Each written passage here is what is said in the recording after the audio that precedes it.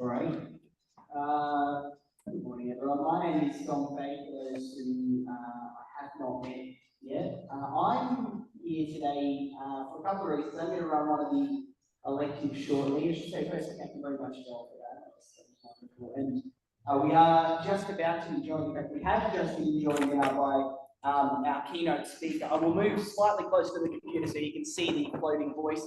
Brian McLaren, I'm going to introduce you in a moment, but a little bit about you first from my perspective before I ask for you to maybe sum yourself up a bit. Author, activist, spiritual teacher, podcaster, and faculty member at the Centre for Action and Contemplation. This man's work has, I think, been revolutionising the spiritual landscape for many of us for a very, very long time now. I imagine many in the room will be familiar with some of his books. It would be a remarkable effort for anyone to have read every single one of them. There are plenty of them. He's one of the most prolific writers in this space, and never with a wasted word. Brian, thank you so much on behalf of the Centre for Men and Families Australia. Thank you so much for joining us this weekend from your... Are you at home in Florida at the moment? Is that where we're talking to you from? Yes, I'm home at Florida, where it is a hot summer day, and just the sun is about to go down. So we're ending yesterday as you guys are beginning what's for us tomorrow. Talking from the future. So we've got... That's right. Now, this is actually a really big week in your own life. So we're so grateful that you made time, because it was just earlier this week that your latest book, Life After Doom, was released, which is an extraordinary book looking at the numerous crises we find ourselves in globally at the moment. What's the response to the new book been like, and what's the book launch week been like for you? Well, it hasn't yet solved all the world's problems. So, but the response has been very warm and actually very meaningful, quite moving for me. Yeah. Well, I'm going to pass over to you in a moment to share what you have to share, but I thought it'd be helpful to learn a little bit more about you as a person before we hear about what you've got to share today. And I know we've got obviously a bunch of men here with very varying backgrounds, some from communities of faith, some who maybe could never step foot in a place of faith again, all these sorts of varied stories. And I'm curious how you would tell your story in the scope of all that you have lived in. I think, was it 68 years earlier this month you turned 68, is that correct? That's right, exactly right. I know I don't look a day over 78, but I'm 68. So yeah, how do you tell your story of those 68 years, Brian? Yeah, well, there's so many different angles I could tell it from, but one way to tell my story is that I was born into a very strict, very rigid religious community that was also very loving. And I'm grateful for that background in many ways. One of them being that it's given me the ability to understand that nobody has a choice in what they're born into. Everybody was born into something and they had no choice in the matter. And all of us, to some degree, are trying to figure out what we do with what we were born into. And so from my very loving parents, very warm family, I decided to hold on to that love as really the kind of central blessing of my life. And I've struggled with religious rigidity and all that goes along with that in the years since, trying to retain the love that's really at the center of it. Another thing about my birth is I was born way out in the country. I think everybody in Australia has heard of New York City, but a lot of people don't know there's this big state connected to New York City. And much of that state is very, very rural. So I was born way out in the country. And one of the things that did for me is gave me a great love for nature. So those, and I should also add, at a very early age, I really loved music. So those are some of the big kind of themes in my life. I could catch you up on the present if that would be helpful too. Oh, definitely. Tell us where you've landed, because in recent years it's become more activism in a sense for you as well. That's a fair thing to say. Yes. So I started my career as a college English teacher. I loved literature and I taught English and writing. And then I was part of a group of people that started a little experimental church. I ended up leaving teaching to become the pastor of that church. I did that for 24 years. While I was doing that, I started writing books. And back in 2006, so getting close to 20 years ago, I left the pastorate. And since then, I've been a writer full time, and I do a good bit of public speaking, but that also has given me the freedom to get involved in a lot of causes that I care about. I should also add, not insignificantly, I've been married for many, many years, since 1979. I can't do the math that quick, but I guess 45 years I've been married to Grace, and we have 4 adult children and 5 grandchildren who I am just absolutely bonkers about. I must say, on the episode, the podcast you do for the Center of Fraction Contemplation, there's a new series based on your book, Life After Doom. And there's, I think, a couple of your grandkids popped up on one of the latest episodes, which was wonderful to listen to them talking about their experiences and encounters of nature and where they perhaps find a sense of the sacred in nature. And I'm curious, Brian, for you, you mentioned a love of nature from the very beginning. If you have a free day at the moment, at home in Florida, where would we be most likely to find you, and what would you be doing with that day? So I live right at the edge of the Everglades, which probably a lot of you have heard of. It's this huge, huge wetland and wilderness. So I can put my kayak on the back of my car, haul that out into the Everglades, and within a half hour, I can be getting far away from civilization and hanging out for the day with alligators and ibises and ospreys and eagles. And I love to fly fish, so I'll fish when I'm out there. So yeah, that's my happy place. You write amazingly about that in a couple of places, especially in the new book. There's some wonderful writings on that. I am curious, with all these different jobs and lives that you've lived that you mentioned earlier. This might be a really hard question, Brian, but if there was a thread that you think you've been following the whole way through that has sort of popped up in all these different expressions, do you have a sense of what that thread is or how you might articulate it? Well, I hope it wouldn't be cheating to say 2 threads, but I'll tell you something that happened to me when I was in high school. I was kind of on my way out of religion, and I had this I was invited by some friends to go on a retreat, a lot like you guys are doing. I mostly went because there were a couple really pretty girls who I liked, who I knew were going on the retreat. Um, but I ended up having a very powerful kind of spiritual experience on that retreat that kind of set me on a different path. And that night, and in the weeks following, I just knew that whatever life was about and whatever God was about, it was about love. And so that was kind of a first thread. And then maybe 5 years later, I was in university, and one afternoon between classes, I was sitting out in the grass, probably supposed to be studying, but I just looked up and started daydreaming. And there's a story in the Bible about this guy named Solomon, who God asks you or says, "You can ask me for anything. What do you want?" And I felt I was having one of those kind of moments. And so I said, well, I hope, if anything, I could become a wise person through my life. Now, I didn't know that would mean there'd have to be a lot of suffering and making a lot of mistakes and all the rest.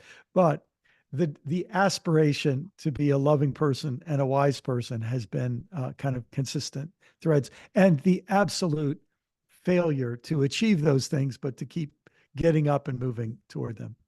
Well, I actually do have a quick personal story that sums up the loving nature of Brian McLaren. I was lucky enough to be in Florida earlier this year, where I spent some time with Brian recording a podcast on his latest book. And we went out to dinner on the night before in near your hometown in Florida. And I said, "Oh, this is on me, Brian. Dinner's on me." So I'll be honest, I ordered large. We had, went for the expensive main, maybe ordered a nice glass of wine, all these sorts of things, and then got to the very end of the evening only to discover that my payment method would be accepted there. And so Brian said, "Oh, this one's on me then," and paid for the whole dinner. So I feel like I owe you a very ritzy dinner, Brian, to thank you so much for that. But Um, it does feel like your whole life in a sense, and all the communities you've been a part of, and all the places you've gone. That feels so much like the anchor to you in a sense. Does it seem that the Brian who was very young, having a love of nature, that he kind of had a same sense of those threads that have followed you all the way through? Um, probably the youngest version of me, like most kids, just wanted to have fun and just wanted my parents not to be so hard on me.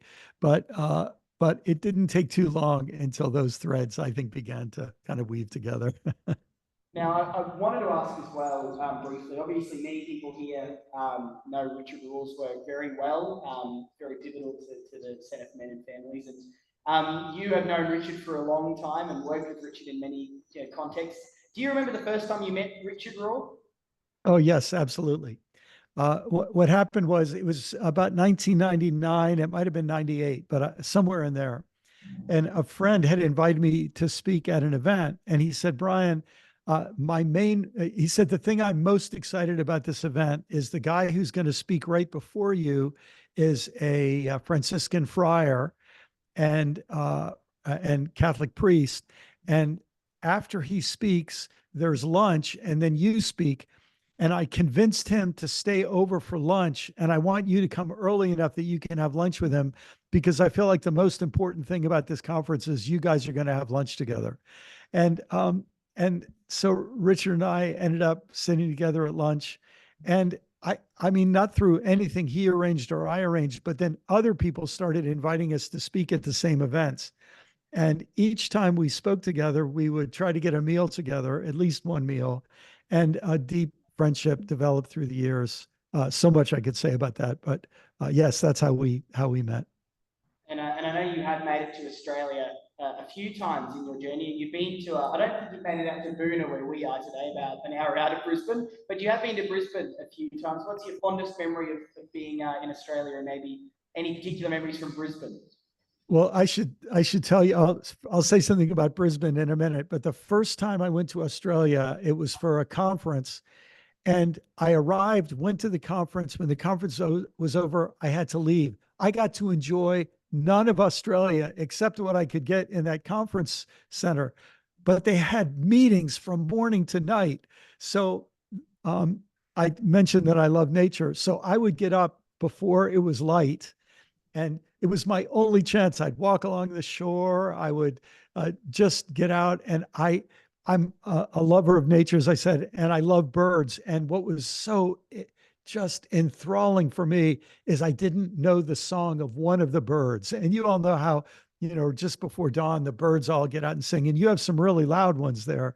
And it was just so that was my only chance. And I said, if I ever get back, I have to make sure that I get some time, enjoying your beautiful country and land. Um, an experience I had in Brisbane, some of you might know someone named Dave Andrews. And when I was in Brisbane, Dave took me around a really, let's call it an under-resourced neighborhood where there are a lot of people in great need.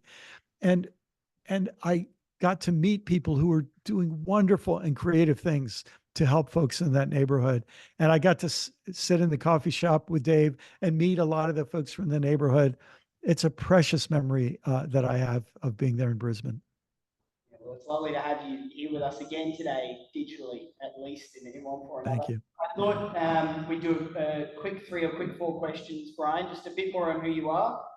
This is normally the questions are a bit deeper, but this is a bit game show, almost trivia-esque. But favorite band or artist, Brian? I don't know if any of you have heard of Bruce Coburn, a Canadian songwriter, but he's probably my favorite. If we want to go with somebody everybody knows, obviously, I like Everybody I Love You Too. Yeah, wonderful. Favorite movie? Oh my goodness. So I'll answer honestly.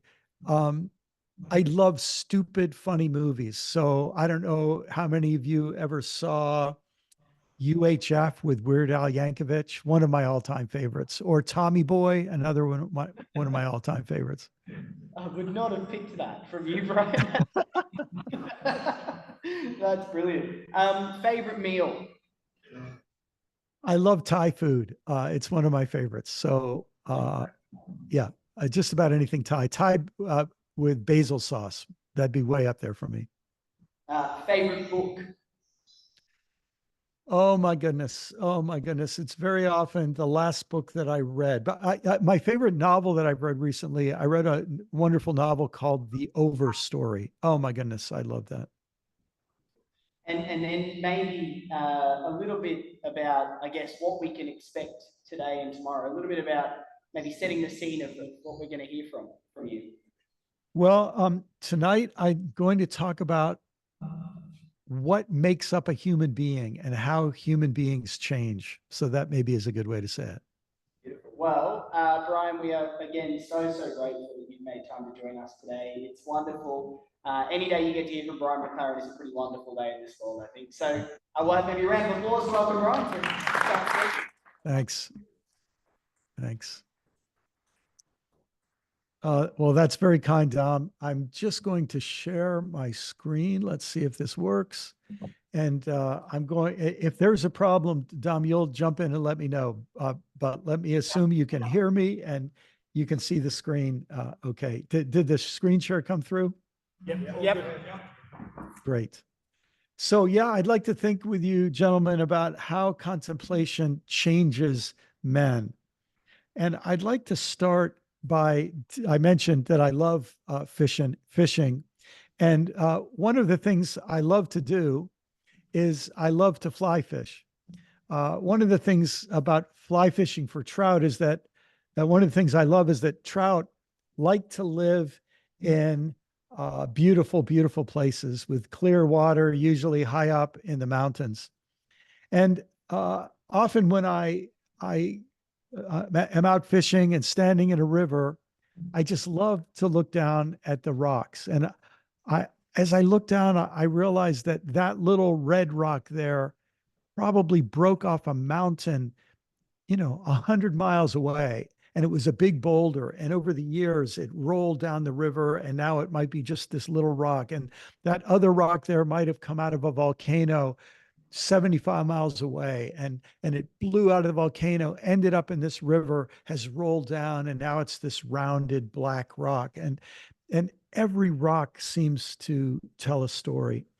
And once I was looking in the river, and I started thinking about those rocks, and I thought, 100 years from now, 1,000, 10,000 years from now, that rock will have been broken down into thousands of little grains of sand, and they may wash down the river and be out on a beach in an ocean somewhere. And if I go back thousands, maybe millions of years, I would see those little pebbles being part of the big mountain that they once came from. And if I went back millions of years before, they would have been magma when the earth was just forming. And if I'd gone back millions of years before, they would have been space dust in space that was about to congeal together to form this beautiful planet that spins around this amazing sun. And then I looked from the rocks to the water, and I saw a little seam in the water where two currents came together. And I asked myself, what is that seam? Because it's certainly not a collection of atoms, because every second new atoms are rushing in and old atoms are rushing out. And I thought to myself, that seam is a constantly changing thing, but it is a pattern of relationships between molecules of water. And I looked up from that seam in the water, and I saw a rock in the river, and there was a hump of water in front of that rock, and there was a little eddy behind it. And I thought, a flow of molecules is coming through, but what I see as that hump or as that eddy, it's just a pattern. And I remember as I stood there, then I looked at the water, and in the water, I saw my reflection. And when I saw my reflection, I thought, the same is true of me. The atoms that make up this body of mine, 5 years from now, they'll all be different atoms. 10 years ago, they were all different. I know it's hard to believe. Different parts of my body are almost unrecognizable from what they once were. And I looked at myself and I thought, I'm constantly changing. And of course, I know that that change will ultimately lead to my disappearance. My story on this earth will be over. I suppose a way I could describe what I'm trying to communicate to you is that I used to believe that things were real and change was something that happened to things. But now I've come to believe that change is real and things are events, patterns that happen over a period of time. They happen and they fade away. They happen and they fade away. Something as solid as a rock is only in that particular form now. It will be different in 1,000 years. It was different 1,000 years ago. Every tree I look at is in a process of change, and so am I. I've come to see myself as an unfolding event in a world of constant change, a world that where everything is in process. And I come to see myself as an unfinished story. And one of the real miracles and gifts of life, it seems to me, is that I can play a part in the story of my own becoming. I'm not just, I don't have to be just uh, an event that other things are happening to, other forces are acting upon. I actually get to play a part in my own becoming. I mean, that's incredibly good news for those times. And I've sure had them. You maybe have had them too, where I felt I'd ruined my life. I'd broken the story of my life and it was all over. But I find out no, the river keeps flowing. New moments keep rushing in, and I can still play a part in my own becoming. Whatever is in my past, I can play a part in my own becoming. You know, this goes a little bit against an idea that I actually believe in, but I also see as being limited. And that's the idea that there's this thing that I have called a self, and that this self is some unchanging thing. What I've come to see is no, myself, one of its most unchanging features is its capacity to keep changing. Now, there's a lot of different words that writers have used to try to describe the complexity that we call ourselves. The great Thomas Merton, for example, talked a lot about the true self versus the false self. Our mutual friend Richard Rohr often picks up that uh, framing from Thomas Merton, and I think we all have a feeling for what Merton meant. There's a self that is the us who we desire to be and want to be and know ourselves to be. And very often there are these masks or images that we present to the world outside of us. The great uh, Swiss writer, Paul Tournier, the term he used in French, he talked about the difference between a person and a personage or a personage, the deep person versus the different roles that we fulfill. Some people speak of the soul versus the role, the deeper us versus whatever role I'm playing at a particular moment. Sometimes when we think about ourselves, we realize there was an innocent me when I was born, when I was a little child, before anybody wounded me or traumatized me, or before I wounded or traumatized anybody else. There was an innocent self. And then there are these layers of woundedness and wounding that have built on it. Or we might think, I feel this sometimes when I speak. Am I speaking from my authentic voice? Or am I just reciting some social script that others expect me to fulfill? A couple of terms that have really helped me are also trying to grapple with understanding what I am and who I am is the integrated self or the divided self, uh, a self where I take the parts of me and I understand and see and in some way accept and acknowledge and maybe even embrace and love them all, even down to my flaws and weaknesses, because I understand that I'm a person in process. I'm becoming, and they're part of my becoming. Um, or I could think of myself as a connected self, connected to what's inside me and connected to this world around me. Or I can be a separated self and I don't give a rip about anybody else, or all I care about is myself. So these are all different ways of thinking about the self when we think about ourselves as a person becoming. What I'd like to do with you in the next couple of minutes is share with you a little metaphor that's been helping me think about myself, about how I change, and about how attending to my inner life, doing my inner work, engaging in practices like contemplation can really, really help me to live well and change. I'd like you to think of yourself as 60 trillion cells. It might be 40 million, it might be 70 million, a whole bunch of cells. And in a way, you're like this civilization. And all of these cells work together to make you, you. So you could think of yourself as you incorporated, the bodily incorporation of trillions of cells organized in many, many organs and many, many systems of your body. The system of your skin, the system of your skeleton, the system of your muscles, the system of your digestion, the system of your reproduction. Um, and uh, I'd like you to think especially about what we call your nervous system, because it's what serves as the board of directors of you incorporated.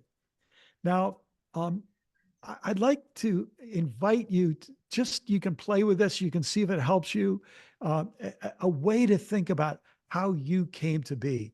Um, I should tell you, I was brought up in a very strict religious setting where we weren't allowed to believe in evolution. And it's one of the many ways I violated my religious upbringing. Um, I've come to understand myself uh, as part of this amazing story of the evolution of life on Earth. And in my very nervous system, I contain the layers of evolution within me. The deepest part of my brain that then connects to my spinal cord and then goes out through my entire body to interact with every part of my body is what we'll call the survival committee of the board of directors of Me Incorporated. And this survival committee, people used to call the reptilian brain. I don't like to use that term because people tend to think, a lot of people don't like reptiles. I know you have a lot of venomous snakes there in Australia, and I can see why people might be afraid of reptiles. But when you think about it, they're pretty amazing creatures, and they've been around a long time. People say this is the primitive part of our brain. I would say this is the most highly evolved part of our brain. It's so highly evolved, it works without us thinking about it. It all just works. It's amazing. And it learns, and things become natural to it. Me saying these words involves muscles in my body moving, and I don't have to think, move my lips, move my tongue. It's part of this survival committee of me. Um, People used to say this is the part of us that is responsible for fight, flight, and uh, freeze uh, instincts. That when danger comes, this is the part of us that gets ready to fight or gets ready to run away or freezes so we won't be noticed. I've heard biologists actually expand it. It's not just the 3 F's, it's the 6 F's. It's fight, flight, freeze, feed. That's another thing. We might eat the thing that we're encountering. Uh, Fawn, block. Actually, it's 7. Uh, Fight, flight, feed, freeze, fawn, flock, or mate, because this is also the part of us that is responsible for reproduction. Now, look, as men, we know this part of our body, and some of us were taught to be ashamed of it, that there's something wrong with us because we have sexual desires. There's something wrong with us that, sometimes we get kind of amped up and are ready for a fight. But instead of that, I'd like to suggest this is part of our survival committee. And part of what it means to be a man is to learn about this complex and amazingly highly evolved system within us. And we learn how to integrate it with the other two committees of our interior board of directors. Second committee is the belonging committee. This is the part of our brain that developed when reptiles turned into mammals. Reptiles laid eggs, and mammals, I think you have an exception or two to this in Australia, but mammals then started to keep their incubating young inside the body of the mother. And then when the baby would be born, the mother would feed the baby with milk from her own breast. And it would mean there would be this tender relationship of care that would last not just for a few weeks or months, as in birds who their eggs hatch and the mother and father feed them, but this relationship would last for a long time. And in our species, it would last for a lifetime, that we would maintain a deep, close, bonded relationship with our mother and our father and our siblings, and often to our extended family. And this next part of the brain, the belonging committee, is the part of the brain that's capable of friendship and affection, emotional bonds. It cares about belonging to a group. Look, for you guys to be at this retreat, your belonging committee is getting permission to belong to this community of men. You're getting a chance to indulge a part of you that evolved over millions of years, so that when you play the drums together and you dance together and you hike together and you eat and talk together, you're feeling that belonging. And then the third, the uppermost part of your brain, the neocortex, it's called. Neo means new, and it's the new part of your brain. We think of it as the most highly evolved. I tend to think of it as the newest part of the brain. And in one sense, it's the least evolved and has the most glitches. and we aren't so good at helping that part of the brain do its job. That's what we're going to talk about in a little more depth tomorrow night. But what I'd like to suggest right now is that one of the hardest things about being a man, one of the hardest things about being a human being, is learning to get these three committees working together, because they're constantly negotiating. You're in ways that you aren't even conscious of. Those different parts of your brain are interacting. To add just a little complexity to it, scientists and medical researchers and the rest tell us that our brain from all three levels is divided into two hemispheres or two wings. And it appears that in all of these levels, the left side of the brain is about focused attention. This is the predator looking for prey. This is the male animal going out looking for the female. This is the honeybee going out of the hive to look for flowers, right? This is, you're looking for something, you're focused. This is when you're playing, sports. This is what we indulge in when we're playing sports, the focus on getting that ball in the goal or whatever it is. The right wing is probably the part of the brain that was really necessary, because anything that hunts for prey could also be prey. So this is the part of the deer that is always looking around to think, is there danger here? This was the lizard sitting on the rock, enjoying the sun, but always staying aware because a bird might come at any second and get him. And you might think of it this way: in our brains, there's part of us that's always focused on the goal, but there's also part of us that has an open awareness, that's maybe aware for danger or aware for new opportunities that we aren't looking at. If the left brain is focus, the right brain is openness. And all of us are balancing focus and openness, an agenda with a goal, and creativity and imagination. We're grappling with these tensions all the time in all three committees of our brain. Not only that, but where you're sitting in that beautiful space in the morning sun, your brain and your eyes and your ears, you're attuned to the other people around you. And you're noticing, do they like me? Do they not like me? When I made that joke, did they laugh, or did they think I was stupid? Are they making fun of the way I'm dressed? What do these guys think of me? Do they consider me one of them? Am I an outsider?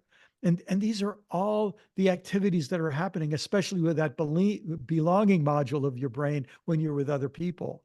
And so we care about other people, and other people are making sounds that we're listening to and talking to us. And our meaning committee is trying to understand what they're saying. And some of the things they say might threaten us. And then our belonging committee feels insulted and wants to insult right back. And so we're interacting with each other, and we're influencing others, and they're influencing us. Our nervous systems, through our sight and our hearing and our speech and our ability to read what other people write, we're constantly interacting with other people. And you could think of it like ripples are going out from each of us, and we're all affecting each other. Sometimes we affect each other in ways that harmonize us and bring us to a better place. And sometimes we affect each other in ways that take us to places we never wanted to go. So I am learning to understand myself as a person becoming, with trillions of cells making up these three committees of me incorporated. And I realize that I'm vulnerable. I can not align those three things very well. Probably a lot of us have had periods in our life when that part of our survival committee that's oriented towards sex, it's doing what it's supposed to do and it's oriented towards sex. We've had times where that got us in a lot of trouble, or maybe hurt some other people too.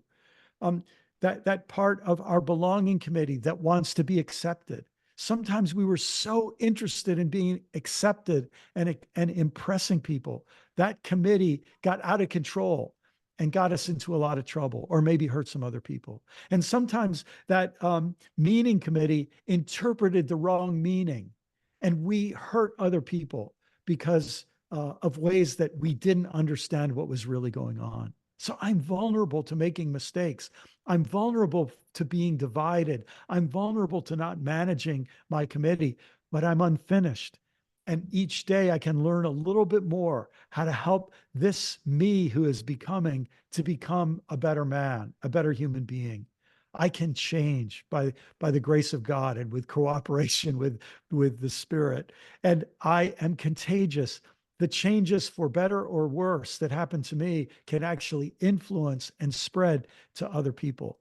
And I'm going to guess it's one of the reasons why each of you is here, because you want to be around other men who can influence you toward being a better man yourself. And you want to spread that influence as well.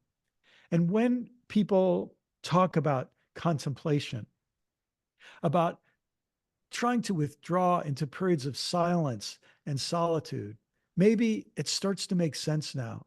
This is where I can pull away and not be worried about what other people are thinking about me or expect from me, from my belonging committee, or where I'm obsessed with sex or food or whatever it is that my survival committee is thinking about. Where I can, in a sense, let my meaning, belonging, and survival committees take a time out and say, how are we doing? What's going on with us? Anything I need to listen to?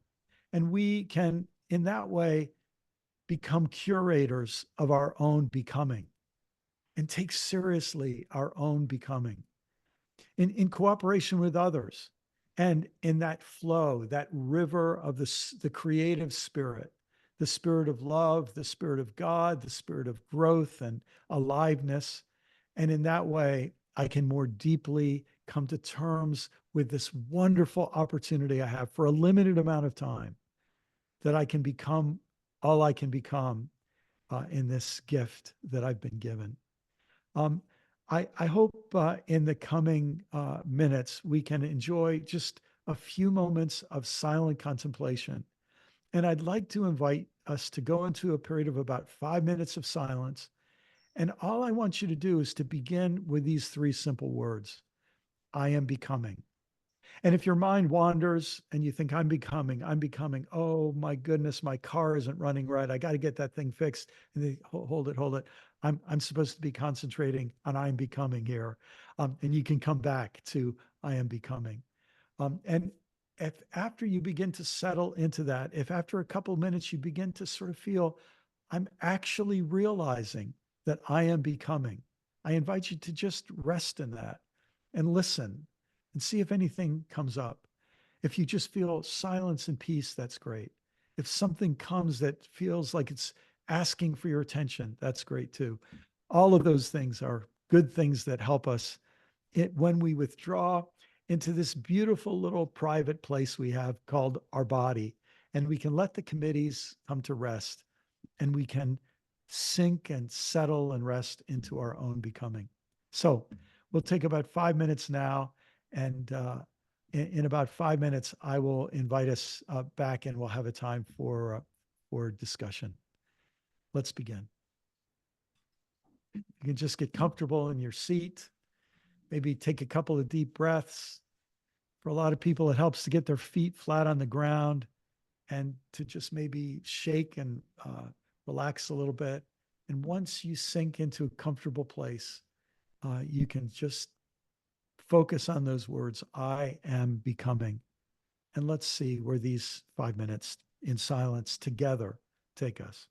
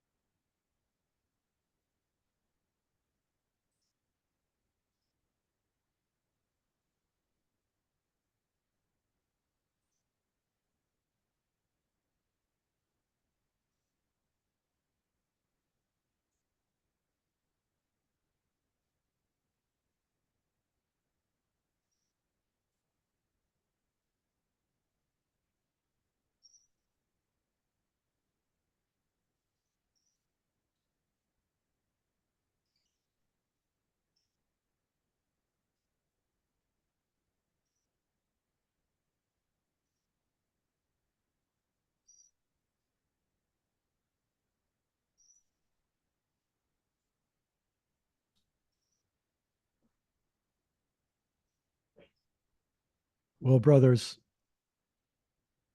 as we come back into conversation with one another, uh, I just want to thank you for allowing me through my words and uh, image, even though I'm not physically present.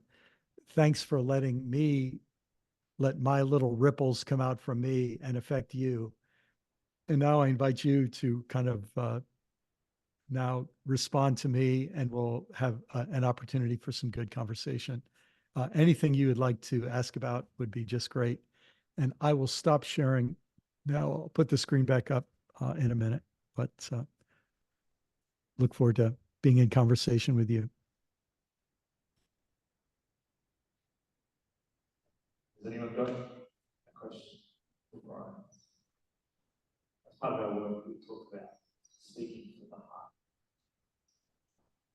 This time, this is an opportunity to do that, and also being leading of speech that takes to get to the heart of things. Hello, Brian. My name is George. I can't quite hear you. If you could speak a little louder, that'd be great. Can you hear me now? Yes. Um, one of my struggles is I often just find it difficult to know the parameters of where I should, what I should do, you know, where I should put my energies. And, and, um, and I therefore kind of dabble with this and that and often not make much progress with any of it. How do you work out for yourself, like, what is it that you do? Like, where do you put your energies into? How do you work that out for yourself? My goodness, what a great question. And can I just tell you, did you say your name was George? Is that right? Yeah. Yeah. George, one of the things I love about that question is when you ask a question about energy, this is really in my mind lately. As Dom mentioned, I just wrote this book that is about kind of our global challenges that we face. And one of our global challenges that we face relates to our use of energy. You know, we found this source of energy, fossil fuels, that has just been so delicious and useful to us. We've been able to get so much out of it so easily uh, that now, when it turns out to cause problems, we find out we have to deal with our different energy sources. What energy sources do we take in? And then where do we direct our energy? So I think your question is very insightful because it's one of the most important ways that we curate ourselves. So, one of the things I would encourage all of us to ask ourselves is what energizes us in all of those areas? What energizes our survival committee? You know, if you work in an office and sit at a computer all day and are just typing, you have this survival committee that's evolved for millions of years, and it didn't evolve to just sit around and do nothing. It's looking for something to energize, to exercise itself with. So if it helps you to think, what does that animal part of me, that part of me that is interested in fight, flight, freeze, and all the rest, that part of me it's a good thing. It's not bad. It just has to be directed well. What does it need? I remember one of my mentors said to me once, you have a responsibility to find good pleasure, to find the good kind of pleasure that you need. Because if you don't satisfy the legitimate desires for good pleasure, you'll be in far more temptation to get in trouble with some unhealthy or addictive kind of pleasure, right? So if there's a certain energizing that we get from certain things, and that's different for each of us. And so one of the questions I think each of us can ask, what energizes me in that sort of animal part of me that's an essential part of me? What energizes me in the belonging part of me? Some of us, maybe we're underfed fed in our need for belonging and participation and connection. Again, it's one of the great things about retreats like this and groups like this, because a lot of us just have a need to be around some other guys that we're not fighting with, competing with, trying to make money off of, or whatever, right? We need that belonging. And then for the meaning part, we have a hunger for knowledge. We have a hunger for beauty. We have a hunger to have our imagination stimulated. So that's the intake part. What do we need? And then comes the outflow part. Where do we want to direct um, our best energies? And to me, I can tell you for me, I know a couple of things that energize me. Uh, Obviously, for me, it's getting in the outdoors, which is why I love retreats like you're on. Um, and that means I get up and try to take a walk every morning and just notice the outdoors. There's something about the logic of trees and the music of nature that just does something good for me. I also love creativity. I love to make music. It's why I'm a writer. So anything I can do that is creative really, really energizes me. Um, I, I I love to solve problems. Um, if somebody comes to me with a problem, I'm not bothered. I'm like, whoa, this is great. Let's try to solve the problem. So I know those are some of the things that energize me. Um, I also know there's some things that drain me. So I hope that helps, George. I can't answer that for you, but what I can say is I think, you know how when you're driving a car, you keep track of the different gauges on your dashboard. How's the oil pressure? What's the fuel level? How's your battery charge? Um, and I think these are sort of gauges that are part of our curation of ourselves. Maybe one other thing I'd say when you ask, where do I put my energy? I find out where I'm in trouble or where I'm having stress or where I'm angry. Because the things that are making me angry, if I can make this shift, instead of saying, you're making me angry and you're the problem, I can say, something is made angry in me by this interaction. I need to try to understand where that anger is coming from. What's happening here? And and so where I have trouble, that tells me where to put my energy. Often it takes a long time to figure it out, but instead of projecting it out at someone else, I've learned to try to say, what can I see in myself that's going on here? How can I better understand it? I hope that's helpful, George. Thanks for that's a great question. Hi, Brian. My name is Gary. Just the question I've got goes back to that activity we just did then. And I just appreciate some, I suppose, some suggestions from yourself in relation to how to reframe. For me, when I was doing that activity, there were more negative thoughts that were coming out than were positive thoughts. So I just appreciate how, from what you suggest, if we can turn some of those negative thoughts into more positive thoughts. Oh, How can we remove those negative thoughts? such a great question. Thank you for raising that. I didn't catch your name. Could you say it again? It was Gary. Gary, thanks, Gary. So Gary, thanks for that question. And I bet a lot of other guys around the circle felt, yeah, as soon as I get quiet, I hear all kinds of negative thoughts. And for some of us, it might be, I'm sure I'm doing this wrong. I'm not getting anything out of this. Why is he having us doing this? And, you know, we have this little inner conversation that's going on. And uh, one of the things that I think might be helpful when we feel that kind of internal chatter sometimes is to say, is this a problem of survival or sort of basic animal needs? Is this a problem of belonging or is this a problem of meaning? And if, for example, I'm saying, I'm sure I'm doing this wrong, I'm doing this wrong, then I'd say, okay, this is a problem in my meaning committee, you know, and I've got this idea in my mind that there's one right way to do it, and I must be doing it wrong. And something that helps me, I don't know if you're a parent, a father or not, Gary, but I think all of us, we can we know what it's like, even if we didn't have a great father, we kind of have a feeling for what a good father would do. And there's a kind of parenting I think we can do for ourselves in those times. So if I observe that I'm beating myself up, I'm not doing this right, I'm not getting out of this what I should, and we're beating ourselves up, then maybe what we do at that minute is we say, wow, look at me, I'm beating myself up. I do that to myself a lot. And then we could beat ourselves up for beating ourselves up. Or we could say, at least I'm trying. In other words, I need some reassurance. At least I'm trying. And maybe I'll get something out of this. And let me just try to stick with it. And what was the assignment again? Oh, yes, I am becoming. Let me go back to that. And so that would be a way to sort of, we take some, uh, we take we play a role in our own becoming in that way.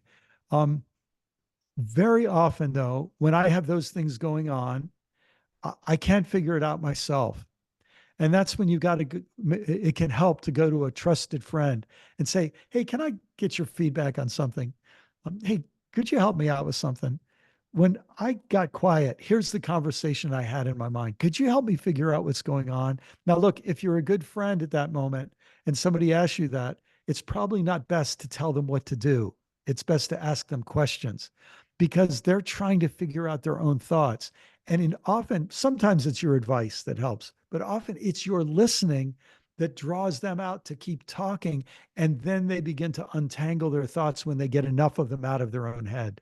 But I'm so glad you brought that up because this interior chatter that goes on, when we get quiet enough to hear it, then we start to realize, gosh, that's probably going on all the time, even when I'm not paying attention to it. How can I become a better curator of this interior dialogue that's going on?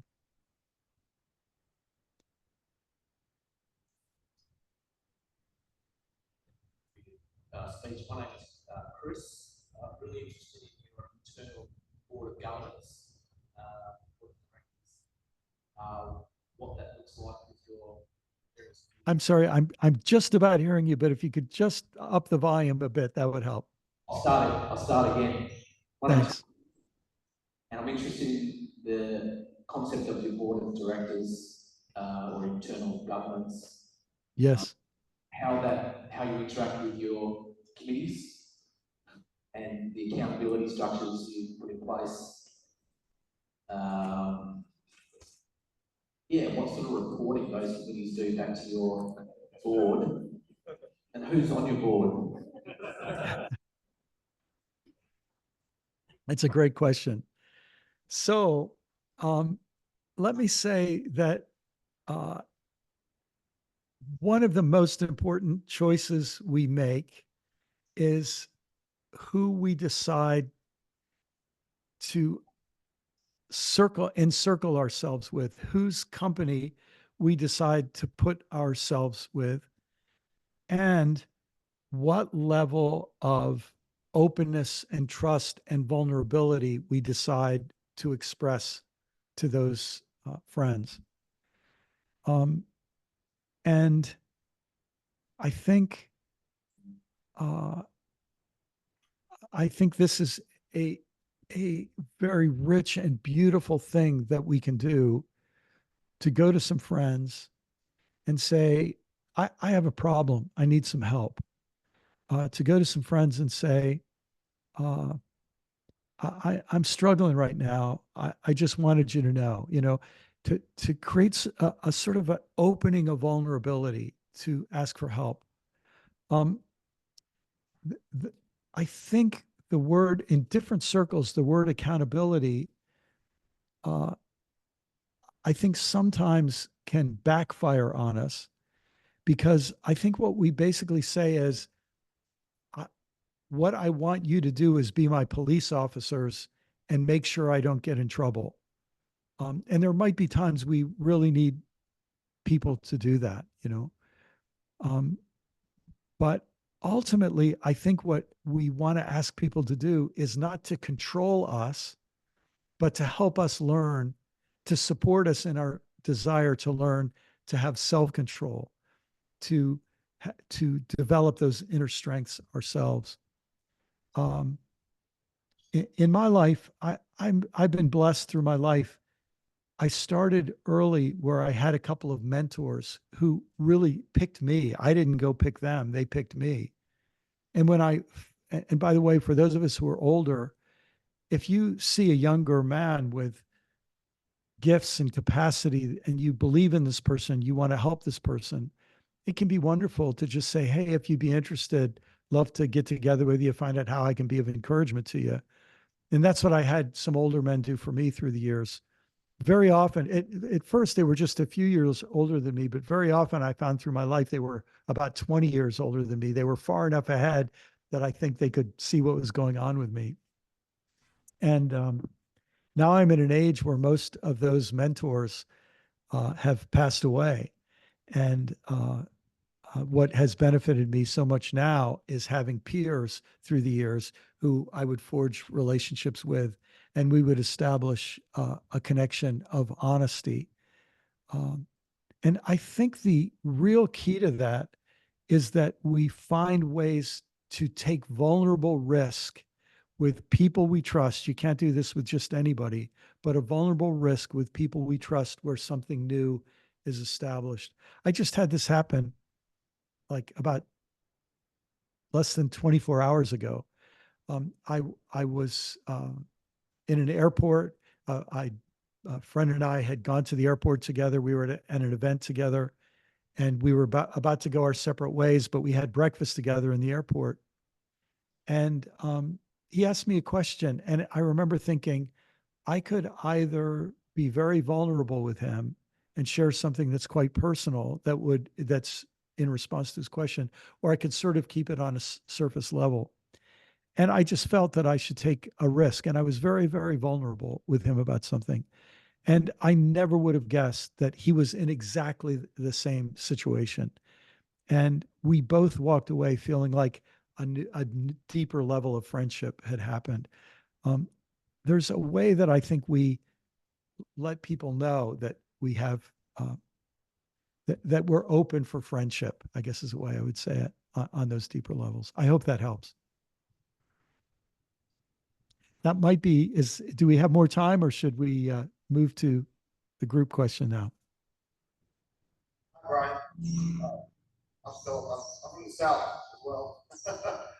I have a question about, you've made popular the phrase, you make the path by walking. And I just wonder, in a really hyper individualistic kind of space, as you've forged new paths with your writing and with your ventures into new spiritual places, how do we maintain and move towards authenticity while remaining, as St. Paul would say, in a place of mutual submission to those who are around us, who need and our love and our support and our care, while still maintaining this authenticity to move forward and to bridge new gaps and to find new ground and to find that true voice that's coming from us. But so much of life gets built up on these pillars of of a mask, of a persona. Yes. Yes. And how do I carefully and gently, with kindness, move into authenticity while maintaining those relationships of kindness and care? Yeah. Yeah. Boy, I love that. I love that. I love that question. And can I just say that question is so wise that I think anyone who asks it is going to be okay. Because it's the people who don't ask that question that get in trouble. And I think they get in trouble in two ways. One way is that they're so afraid of differing from either some leader they respect or some group that they want to be part of, that they sell out their authenticity in order to fit in. They want to belong. That a big part of our brain is oriented toward belonging. They want to belong so much that they keep pushing down the part of them that says, this isn't right. This doesn't make sense. I'm not sure about this. Something in me doesn't feel right. we keep pushing that down because we just want to fit in and conform and be liked by by some group of people. Some of us have that problem. Others of us have a problem. There's some woundedness in us. There's some need in us that we just want to disagree with everybody. And if somebody tells us to do something, we want to do the opposite. And we're out to prove how unique and special and different we are. And we're in a reactive mode. And in that reactive mode, we don't have that much control over what we're becoming. We're just reacting. And in between, both of those are dangers. And some of us will try to avoid this danger and fall into this hole, and avoid this danger and fall into this ditch. And I just think that that's part of life, is understanding that dangers often come in twos. And like in so many things in life, we're trying to keep balanced and finding that balance where we're living in dynamic tension with two dangers.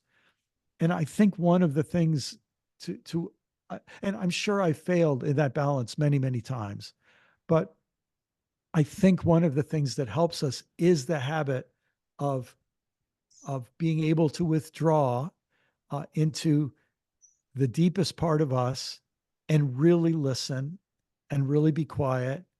And in that solitude,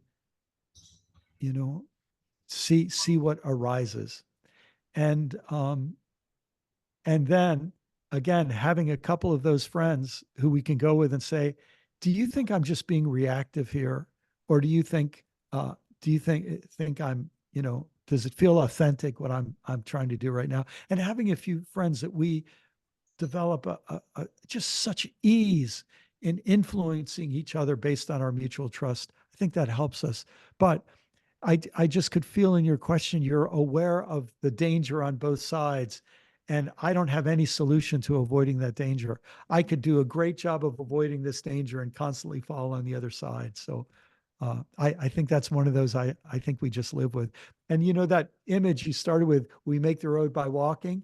Have you ever thought about this? Walking and running are adventures in moving forward through imbalance. You have to move out of balance to take a step forward and then regain your balance. So there is this constant correction to keep going. So, but thanks for that.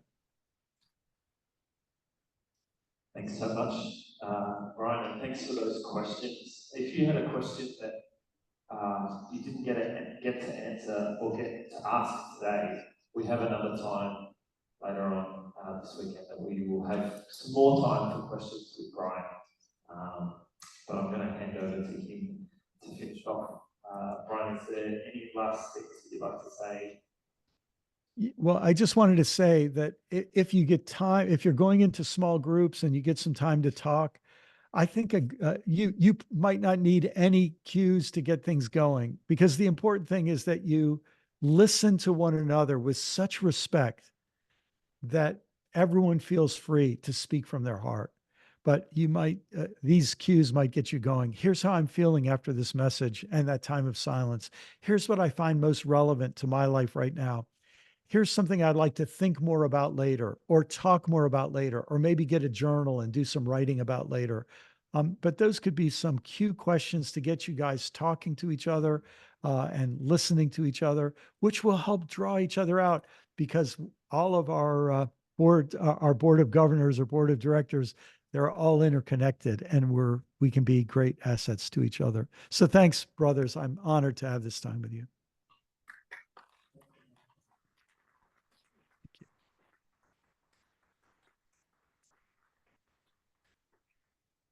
So we are going to divide up into small groups of 5 or 6. So you can grab people around you or people that you'd like to have a chat with, and we're going to take those questions. Brian, if you're still there, I don't know if you'd be happy to put them back up on the screen just for us, so that people can take a photo of you if you're on video. And find a space around our beautiful site that we've got here. You might find a nice bit of shade under a tree or around a table. Find somewhere quiet where you can listen and you can speak and be heard. And we're going to have some time for us to kind of process together what we've heard from Brian. Brian, what's arisen in us. And the prompts are there. So if you want to take a photo of those prompts, if you're not sure about what you want to talk about, but we're men, so we are in touch with our feelings, and we'll have lots of things to talk about, I'm sure. So feel free to take a photo. We will call you back in by hearing the trumpets, and we're going to join in the main dining area for some morning tea. Any questions? Thanks, guys. Grab some people, grab a space, and we'll hear the drums soon.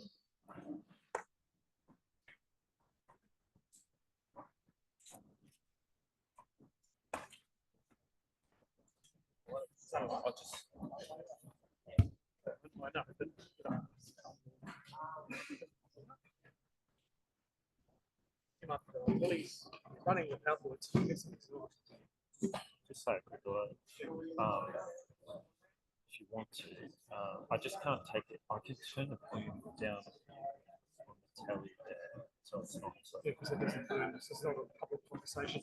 You don't have a obviously. But I just can't take that off that main screen. So if I talk through that, it's going to be real loud, isn't it? Yeah, but you can talk to him just like directly into the All laptop. right. Yeah. I need to check. You're